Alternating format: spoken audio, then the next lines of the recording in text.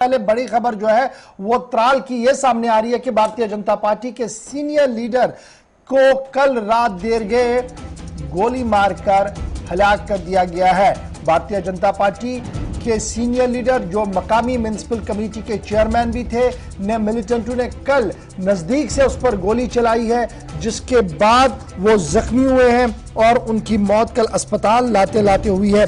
जहां एक तरफ से ये गोली चली है तो खबर ये भी है कि इस गोलीकांड के दौरान एक खातून भी जख्मी हुई है और जख्मी खातून को अस्पताल लाया गया है, जहां पर उसका इलाज चल रहा है और वो खतरे से बाहर बताई जा रही है। त्राल का इलाका है जहां पर फायरिंग हुई है और फायरिंग के नतीजे में भारतीय जनता पार्टी के सीनियर लीडर की किलिंग हुई है, जिसके फौरन बाद बयान जारी किए गए हैं। और सबसे पहले बयान आपको बताते हैं कि आईजीपी कश्मीर का क्या कुछ बयान सामने आया है और उनका मानना है कि बीजेपी लीडर और चेयरमैन म्युनिसिपल कमेटी त्राल की जो किलिंग हुई है राकेश पंडिता की, ये दरअसल सिक्योरिटी ब्रीच नहीं है और इन्हें बाज़ाब्ता तौर पर सिक्योरिटी कवर दिया गया था।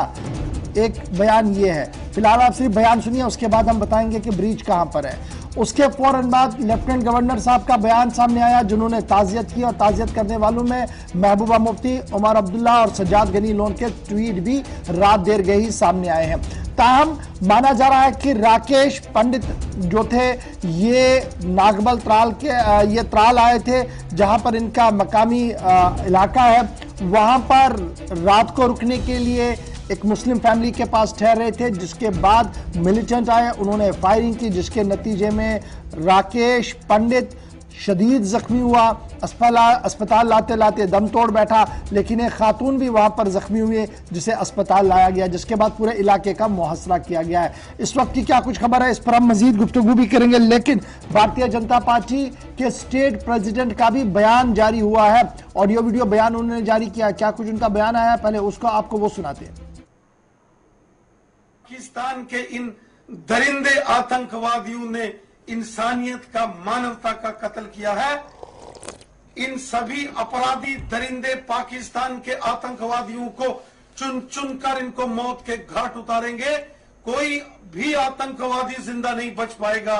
ये पाकिस्तान आतंकवादी और अलगाववादी कश्मीरियत के, इंसानियत के और मानवता के दुश्मन हैं। इनका सफाया हम कश्मीर घाटी से करेंगे। खून का बदला हम खून से लेंगे। श्री राकेश पंडित जी की शहादत व्यर्थ नहीं जाएगी।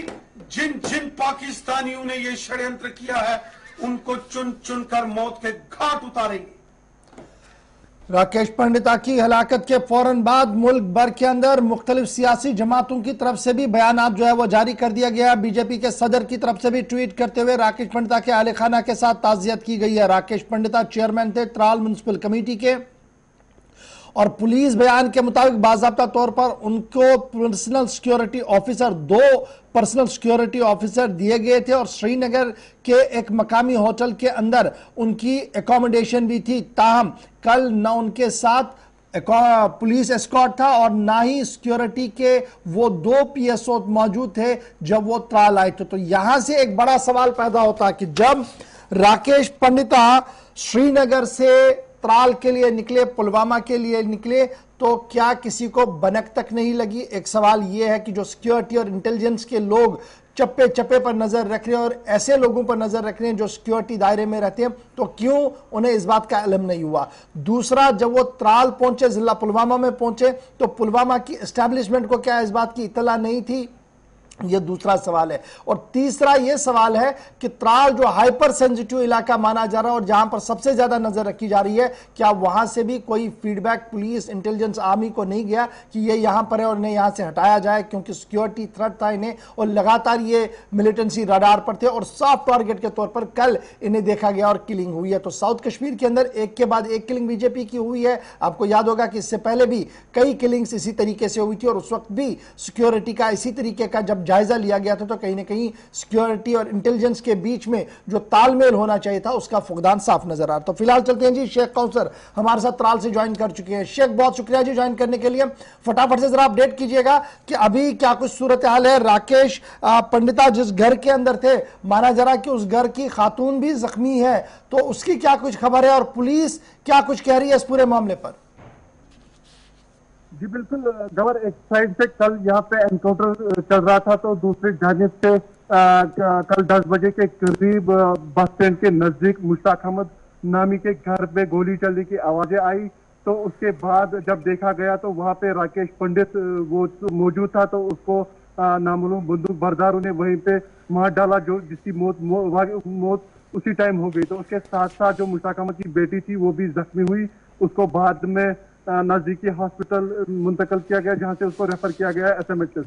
तो बताया वाजह रहे, ये जो मुश्ताक अहमद है ये राकेश पंडित का जिगरी यार था और नेबर भी था, तो इसलिए ये इनके घर कभी कभी जाता था। और इसके साथ साथ राकेश पंडित बीजेपी का लीडर था और म्युनिसिपल कमेटी त्राल का प्रेसिडेंट भी रहा है। ये बताइएगा, जब राकेश वहां पर आया था, क्या ये सुबह से वहां पर मौजूद थे या शाम को ही वहां पर आए थे? इस तरीके की कोई खबर आई है?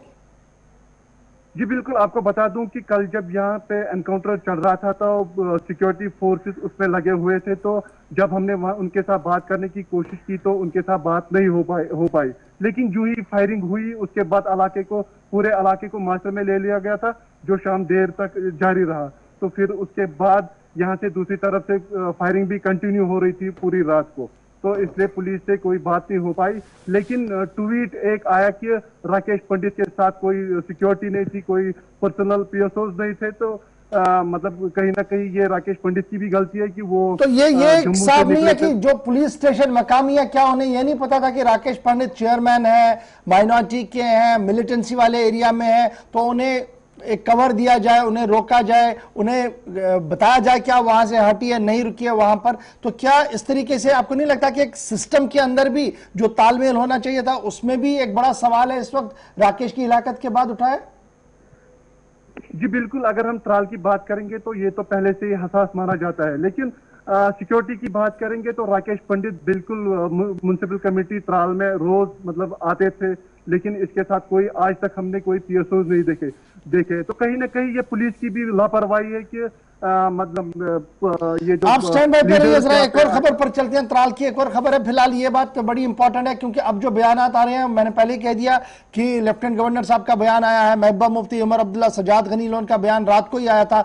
उसके बाद अब बीजेपी सदर की तरफ से भी ट्वीट करके राकेश पंडिता के अली खाना के साथ ताज़ियत की गई है और मरकजी वजारत दाखिला की तरफ से ट्वीट करते हुए इजहार ताज़ियत जो है वो किया गया है। लेकिन बड़ा सवाल यह है कि एक सिक्योरिटी लैप्स या सिक्योरिटी के अंदर जो कोऑर्डिनेशन होना चाहिए था उसका फुकदान है। ये हमने जब भी किलिंग्स होती हैं, जब आप उसके बाद उसको देखते हैं कि आखिर वजह क्या है कि इतना सिक्योरिटी कवर होने के बाद भी आदमी मारा जाता है या सिक्योरिटी कवर थी वो साथ नहीं थी, तो कहीं ना कहीं लैप्सेस नजर आते हैं। हर बार ये कहा जा रहा है कि उन लैप्सेस को दूर किया जाएगा और सिक्योरिटी क्लियरेंस जो है वो सिक्योरिटी को टाइट की जाती है। चंद दिनों के लिए जरूर ऐसा होता है, लेकिन उसके बाद दोबारा सूरत हाल वही होती है जो कल रात देर के त्राल के अंदर देखने को मिली।